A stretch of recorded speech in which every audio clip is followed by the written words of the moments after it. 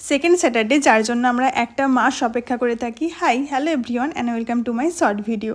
আমি নিজেকে কিভাবে রৌদ্রের এই প্রচণ্ড তাপপ্রবাহ থেকে রক্ষা করি সেটাই আর শেয়ার করব।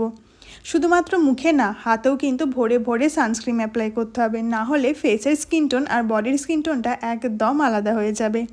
তারপর আমি হ্যান্ড গ্লাভস পরে নিই। অনেক হ্যান্ড গ্লাভস পাওয়া যায় যেগুলোতে আঙুল ঢাকা থাকে না, কিন্তু যারা স্কুটি চালান তারা হয়তো বুঝবেন যে পুরো রোদটা এসে পড়ে হাতের ওপর, তাই অবশ্যই finger cover hand gloves use করবেন।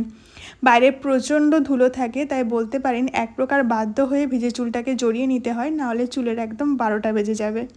শেষে একদম ডাকাত দলের মতো সেচে নেবেন, ওড়না দিয়ে ভালো করে পুরো ফেসটাকে কভার করে নিতে হবে। আর তারও শেষে যেটা না পড়লেই নয় তা হলো সানগ্লাস।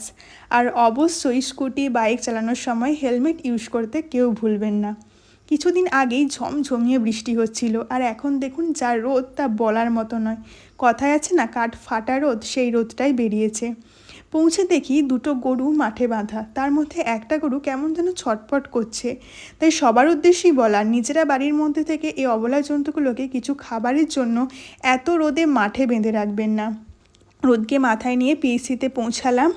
বাড়ি ফেরার সময় দেখি ও মা, দূর দূরান্ত পর্যন্ত কোনো জনপ্রাণী, একটা মানুষ পর্যন্ত নেই। আর কোনো কারণ ছাড়া অহেতুক বাইরে বেরোনোটাও হয়তো ঠিক নয় এত রৌদ্রের মধ্যে। বাড়ি ফিরে লাঞ্চ সেরে খেয়েছিলাম একটা গলা আইসক্রিম, আর একটু রেস্ট নিয়ে তারপর গিয়েছিলাম ডান্স ক্লাসে। ডান্স ক্লাস থেকে সোজা চলে গিয়েছিলাম একদম ড্রয়িং ক্লাসে। আর কার ছবি আঁকছি বুঝতে পারলে অবশ্যই কমেন্টে জানিও, আমি নেক্সট ভিডিওতে জানিয়ে দেবো কার ছবি আঁকলাম। বাড়ি ফিরে সবার আগে আমি গাছগুলোতে জল দিলাম। বাই, দেখা হবে নেক্সট ভিডিওতে।